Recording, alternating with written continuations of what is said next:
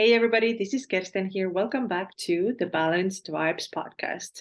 Today is part two. It is a continuation of the previous episode where I answered 3 workouts related questions.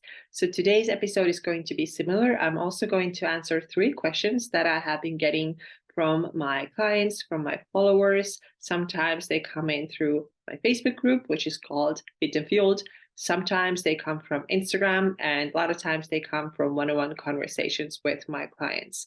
So I'm going to answer 3 questions. And by the way, if you have a question as well, please feel free to submit it, put it in the YouTube comments, or send it to me via Instagram. I never mention your name, but I will answer your question if I know that I can help. So this is what we're going to discuss today. So 3 more questions and answers. And the goal is always to make sure that you get the most out of your workout. So these 2 episodes are very workout focused.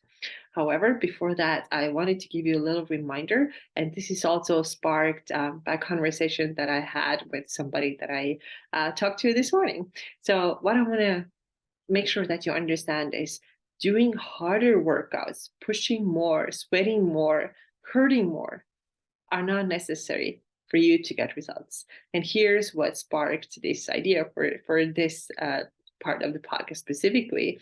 This morning, I had a conversation with somebody who said that the gym, the CrossFit gym that my boyfriend goes to, had their today's workout up. And the workout was 30 minutes of every minute on the minute of pull-ups, 4 pull-ups, plus then 300 burpees. So if you don't know what every minute on the minute is, it is a CrossFit type of workout where you do a certain exercise every time new next minute starts. So let's say minute 1 starts, then we're going to do 4 pull-ups. So this was this specific workout, and then you just rest until the end of this minute. And as soon as the next minute starts, you're going to do 4 pull-ups again, right? And it's a fun workout. I know it's fun. I've done this, but also it's pretty intense, especially if you're going to do 300 burpees afterwards. And we were both laughing. We were both wondering, who wants to do this workout? Why are we doing these types of workouts? Because doing 300 burpees, it's super stressful. It is so intense and it's absolutely unnecessary. You guys, you don't have to do this stuff. You're way better off doing 5 sets of 5 really solid squats at the gym if you have this goal of getting stronger and building a really good metabolism.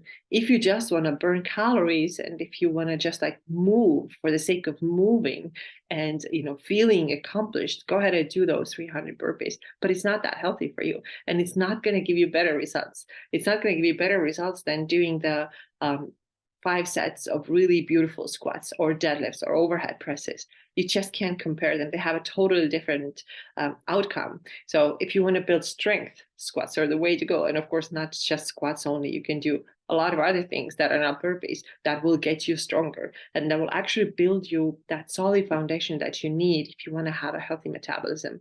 So now if somebody who's doing this workout and is already very stressed out, then it's going to be so much more harm than good.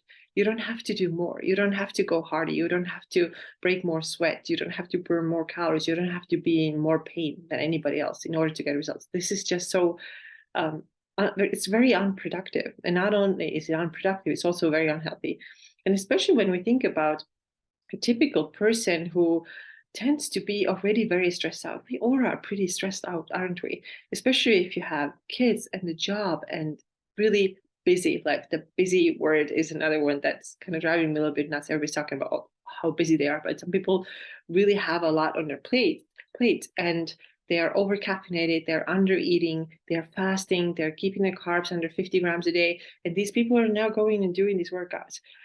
It's a different story if you are an athlete, if you're a CrossFit athlete and you're preparing to compete in one of those events. Training is your job. Nutrition is super dialed. You're getting like 10 or 11 hours of sleep at night. This is your job. This is what you do. Well, different story, right? But for somebody who is already stressed out to the max, going and doing 300 burpees and then this other part of the workout too, it's just too much. It's not going to serve you.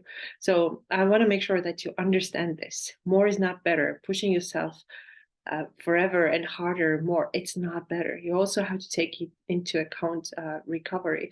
And the other day, I just remembered now, I saw a really great quote, and it said something like, don't think if you have earned the rest by doing all the activity. Think if you are rested enough to do all the activity that you want to do. And I really like this. I think it's really worthwhile to think about it this way, especially these days when we always think that we just have to push more and harder no matter what. So I hope that this was helpful for you. Okay, so let's now move on to those next questions that I'm going to answer in today's episode. And the first one is about menstrual cycle and training. And the question is, should we work out with our cycle? And maybe you have noticed that there's this idea that there are, of course, different cycles, different periods throughout the cycle, follicular phase and the luteal phase. And some people even like to cut these in two. So you have like 4 phases of your menstrual cycle based on what's happening in hormones. And now the trend is that we should train according to that cycle, and because our bodies are changing. And of course, the bodies are changing. But to me, saying that everybody should change their workouts and do certain workouts based on their cycle, honestly, to me, it doesn't sound like it makes sense, because not everybody is the same. Not everybody has identical menstrual cycles. First of all, the length is not the same. It doesn't feel the same. Some people get really heavy PMS. Some people don't get any at all. And of course, it's not normal to have PMS. But if you are currently getting it, and then it's different from somebody who doesn't get any PMS symptoms. Some people feel really good on day one. Other people are crawling in pain. Some people feel like the hottest and sexiest, the most energetic around their ovulation. Others are getting some pain during ovulation, feeling like crap, right? Some people are really moody when they're, in certain parts of the cycle. Other people at the same place in their cycle are really happy and energized. Some people feel physical strength differently. They may feel like, mid-cycle is the best time. Somebody else can say day 2 is my best time. So I think we're not all the same. So how can we now say that, okay, from day 1 of your cycle, the first 7 days, you should be lifting really heavy weights, and then it should taper off a little bit, and then right before your period, you should be only doing yoga. That type of stuff. It's almost like telling everybody that here's the nutrition plan: 1,700 calories, this many percent of fats and this many carbs and this many protein. Everybody go ahead, do this. And then Mondays we're doing certain workouts, and Tuesdays we're doing certain workouts. Well, this is not it's not listening to your body, right? It's not according to your body signal. And that, I feel like it's the same thing with a push to train with your menstrual cycle. People are very different. And you may even excuse me, you may even feel different, from one cycle to the next. Maybe not every cycle starts out the same as the other one. And that's why I think that I don't know why this is so strongly out there. I think some people may be trying to, honestly, I do think that maybe they're trying to promote their programs or something, this is how you should be doing things. But isn't this stressful enough to keep track on so many things? Even if you're tracking macros, which of course I am teaching this, I know that this can also be stressful. I'm not like blind to that. Of course, it will take time. So we're tracking that, and then we're also tracking a lot of other things. So many people track their water exactly, and then all the activity and like every little detail that people are tracking. They're thinking, what are the net carbs, or is not the net carbs? And there are a million things to track. And now when we have to throw in one more thing to track, and maybe even start thinking that, well, if I don't feel like doing this workout during this period of my menstrual cycle, but this guide or this program that I bought said that I should, well, there's got to be something wrong with me. Well, I don't think there's anything wrong with you. You're just like feeling what you're feeling, and hopefully listening to your body and doing what it tells you to do.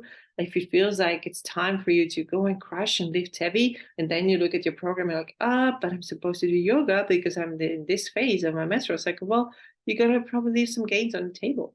Or if it's vice versa, you are feeling low and feeling tired, and you could use some stretching and just calming your nervous system and all that. And now you're looking at your program and see, wait a minute, I'm supposed to be crushing it. I'm supposed to do something really heavy. So let me go and do that. Again, you're ignoring what your body is telling you, and that's why I don't think this is super valuable. If you find some value in this, go ahead, do this, follow this. But I will say that I personally, I'm not going to prescribe it to anybody, tell them what they should do, how they should work out in different phases of their menstrual cycle. And I know that some people have it very dialed. I even know some people um, who even have their job tasks get those done based on their menstrual cycle. Like, this is when I hold bigger meetings. This is more like my quiet time. This is my creative time. Everything's set up based on their menstrual cycle. If it works, I think this is wonderful. I don't see myself ever doing like this. I mean, never say never, but at least right now, I don't think that this would be anything super valuable. So don't stress over it. Let your body be the guide. Don't let anybody tell you how you should be feeling or how you should be training in your menstrual cycle. Okay, so the next question is, how can I get toned when I don't have enough muscle tone right now? So basically, this person wants to build, wants to have better definition just to look leaner. So how can I get that? First of all, there are steps, right? It doesn't happen tomorrow. It doesn't happen fast. But first of all, if you want to get that toned look, you have to build muscle, right? And one thing that we know about muscle building is that it cannot happen when you are in a calorie deficit. So if you don't know how much you should be eating at maintenance, go ahead and grab my Lean Ladies Calorie, Protein, and Workout Guide. That is everywhere, linked to everywhere. And there you can find out what are your maintenance calories, so that if you want to get toned and you first need to build muscle, you are not attempting to do that in a calorie deficit, because muscle needs fuel. You have to build it, right? You're literally building your muscle. This is what you're doing. Food gives you the building material, and then you get to work at the gym, right, to strengthen a muscle and make it visible. So now, when you have given yourself sufficient time, at least at maintenance, and I would actually prefer you to go on a little bulk too, you have a lot of building material. Hopefully, you put in good workouts at the gym, and then you're going to build the muscle. And then the next step is now to reduce body fat. And this is how you get that toned look. So now when we start reducing your body fat and you continue lifting weights, then the body fat will get less and less and less. And this beautiful muscle that you have built previously will come out more. So this is how you get that defined look. But you cannot get that defined look if you're skipping the steps. If you are already under eating, let's say typical 1600 calories, then you just go to the gym. And by the way, especially if you throw in those endless cardio sessions and HIIT sessions, you are not going to get that toned look that you want to get. Toned look can only come from eating enough and then building the muscle and then reducing body fat. This is the order of things. You cannot do it in a different order. You cannot skip the step of eating at least at maintenance, or better at surplus, because you're just not going to get there. I think it should be pretty logical. It should make a lot of sense that you want to build something, you need the material, and then you have to put in the actual building work. So the material is food, the building work is lifting. And then when you want to see what it looks like, you want to see that definition, then you do a fat loss phase when all this muscle is going to be revealed. So also, I think it's important to mention here one of my favorite things that I hear, which is, I want to build long, lean muscle. So if you want to build longer muscles than what you already have, you have to somehow find a way to lengthen your bones, because your bones are what your muscles are attached to. So if you want to build longer muscles, you literally have to have longer bones. And I don't know how anybody can do this. So pay attention to this. If you hear this and you're like, oh, I want that, then just notice that this is marketing language. You cannot have longer muscles than what you already have, right? You can have more toned body, you can have more muscular body, you can have leaner body, you can have all these things, but you cannot lengthen the muscle per se. All right, cool. And then the last question that I want to answer today is, why don't my workouts work anymore? They used to work so well, I got results, but it's not happening anymore. All right, this is actually a pretty big topic also. And just recently I did a Facebook Live in my group called Fit and Fueled. Please join that group if you want to see this video. But I'm going to do a little bit of a shorter recap on the podcast. So there are a couple of reasons why workouts are not working anymore, even though they did so well. A lot of times when people notice that, they compare what they did in their 20s or maybe early 30s, but then the stuff that they did that used to get them leaner, make them lose weight and body fat, does not do anymore the same thing when they're in their mid 40s. So what happens? Well, first of all, we have to think, what are we actually doing? What kind of workouts are we actually doing? Are we mostly focusing on cardio and HIIT training, or are we actually building muscle? Because if you do mostly cardio and HIIT training, it is good calorie burning and it's good at giving you quick results. But then over time, it doesn't work anymore, because with cardio, it's going to demand more and more and more. So the thing with cardio is that your body adapts to cardio training very quickly and just starts asking more of the same thing. Eventually, you will find yourself in this situation where 1 hour of running worked for you, quote unquote, work for you, and now you have to run hour and 20, then hour and 40, then 2 hours, then 3 hours. Then you end up like me when I was in my not mid 40s, not there yet, but in my mid 20s, when I had to literally run sometimes 3 hours to even just maintain my results. I don't want that to anybody. So if you've started from that point, then if you started with cardio, then it's not going to work. Your body just adapts really, really quickly. And that's why I feel like you keep adding and adding and adding. When you do HIIT training, then this is where a big hormonal component comes in, because HIIT training tends to be very stressful in the body. Cardio, by the way, also can become very, very stressful if you do too much of it. HIIT training, your body just becomes more sensitive when we get a little bit older, getting into this maybe perimenopause thing, even like late 30s, you start noticing these things that recovery may become a little bit harder, and just it's not as hormone friendly, especially when we talk about a person, like I mentioned earlier in the episode, who's already stressed to the max, right? You're already so stressed out. Now you're putting more pressure on yourself by doing these high intensity workouts. Even if it's just 2, 3 times a week, this is still too much for many, many people. I don't recommend that, actually, especially when you're burnt out. So your body just starts protesting. Your hormones sense that it's just too much. Your adrenals get to work to pump out more cortisol and adrenaline. They are under a lot of pressure, which will then, of course, increase. I already mentioned cortisol and adrenaline, which is going to make fat loss so much harder, and also are more catabolic in nature, which means that it's going to be much harder to build muscle. So you may have gotten away with this in your 20s, but it doesn't work as well anymore. Late 30s, mid 40s, and so on.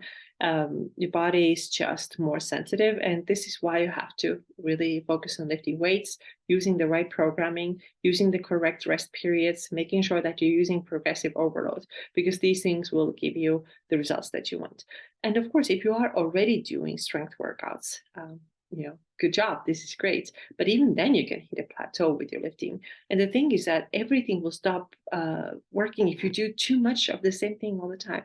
So let's say that you are lifting right now, but you're always staying in the same rep range. You're always doing 10 reps of everything. When was the last time you challenged yourself with really heavy weights so that you lift only 3 reps and you're tired after that? You have to put the weight down and rest for 3 minutes. When was the last time you did that? Or when was the last time that you manipulated the rest periods? For example, if you only rest for 30 seconds, have you ever rested 2 minutes? Or vice versa, which is rare for women to rest like 2, 3, 5 minutes. But if you are that person who always rests like 5 minutes between your big lifts, then when was the last time you challenged yourself with just 1 minute breaks? So there are variables that change, and also exercise have to change once in a while, not all the time, not every day, not every week even. I recommend that you stick with the same plan and same exercise for about 4 weeks. This is exactly how my program Train to Build, which is, by the way, also you can find that in the show notes. This is how it's built also, but you have to change these variables, but it shouldn't be too frequent. So there is a sweet spot where you change things. So don't do the same thing over and over again forever, but also don't change everything all the time. There's a big difference, between going to extremes and then finding the sweet spot. So I hope that this episode was helpful for you. And if you have any questions, if you want me to do more of these Q&A episodes about working out, of course, it can be nutrition related too. Please let me know what kind of questions you have. And I'm always really happy to help, because as you probably have seen, that this is one of my big passions. So let me know what kind of questions you have. You can always reach out to me through my Facebook group. It's called Fit and Fueled. Come join us there, hang out. It's super fun. And you can also always connect me on Instagram or leave a comment here on YouTube. Share with friends too. I always love hearing when people tell me, so and so shared this episode with me, and this is how I started following you. So this is really music to my ears. So thank you for that. All right. And I'll see you soon in the next episode. Bye bye.